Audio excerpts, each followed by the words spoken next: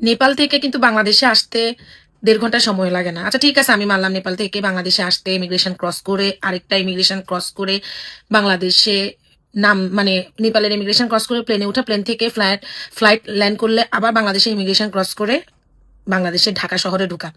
তো আপনি দেখেন একটা মানুষের মধ্যে কতটুকু পাপিষ্ট থাকলে যে মেয়েটা ভালোবেসে তার জন্য জীবন দিয়ে গেল, শেষবারের মতো ওই মেয়েটাকে দেখার জন্য সে আসলো না।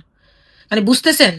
আর ওই ধরনের বেটাদেরকে থেকে সাবধান আপুরা, যেই বেটারা আপনাকে ছেড়ে অন্য মেয়ের কাছে যাইতে পারে, ওই বেটারা ওই মেয়েরে ছেড়েও আরেকটা মেয়ের কাছে যাইতে পারে। সেটা শুধু ছেলে না, ওই ধরনের মেয়েদের জন্য এটা একদম কমন জিনিস। আমাকে কয়দিন আগে আমি মমতাজ হারবালের শান্তা আপু আমাকে জিজ্ঞেস করছিল যে মেয়েদের সিকিউরিটি তুমি কি বুঝো। আমি খুব সুন্দর একটা উত্তর দিচ্ছিলাম। আমি মনে করি যে মেয়েটা ভালো, ধরেন যে মেয়েটা স্ট্রাগল করে নিজের পায়ে উপার্জন করে নিজেকে এস্টাবলিশ করার জন্য অকটকভাবে পরিশ্রম করতেছে, আমি সেলুট জানাই যে আপনি আপনার পায়ের নিচের মাটি শক্ত করেন। দরকার হলে আপনি মাটি কাটেন, দরকার হলে আপনি ঘর মুছছেন, দরকার হলে আপনি মানুষের বাসায় কাজ করেন, তারপরে নিজেকে শক্ত করেন। যে মেয়েগুলো আবার অন্য মেয়েদেরকে বুলিং করে তাদের উদ্দেশ্য সেম কথাই বলবো। নিজের পায়ের মাটি শক্ত করাটা আমার আপনার আমাদের সবার দায়িত্ব।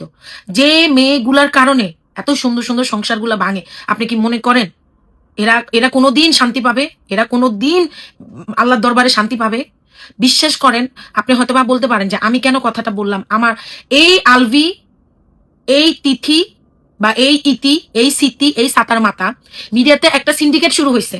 আলভিকে নাটকে নিলে ওই মেয়েকে নাটকে নিতে হবে, ওই মেয়েকে নাটকে নিলে আলভিকে নাটকে নিতে হবে। মাঝখানে অন্যান্য যে ভালো ভালো প্রতিভাবান যারা অভিনয় শিল্পী বা যারা নায়িকা রোল প্লে করে তারা বাদ পড়ে যায়। এই আলভি এমন জাত অভিনেতা না, কিন্তু ওই যে কথা আছে না, অডিয়েন্সের ভালো লাগা, অডিয়েন্সের ভালোবাসা থেকে তাকে সবাই পছন্দ করে আজকে সে এই অবস্থানে আসছে।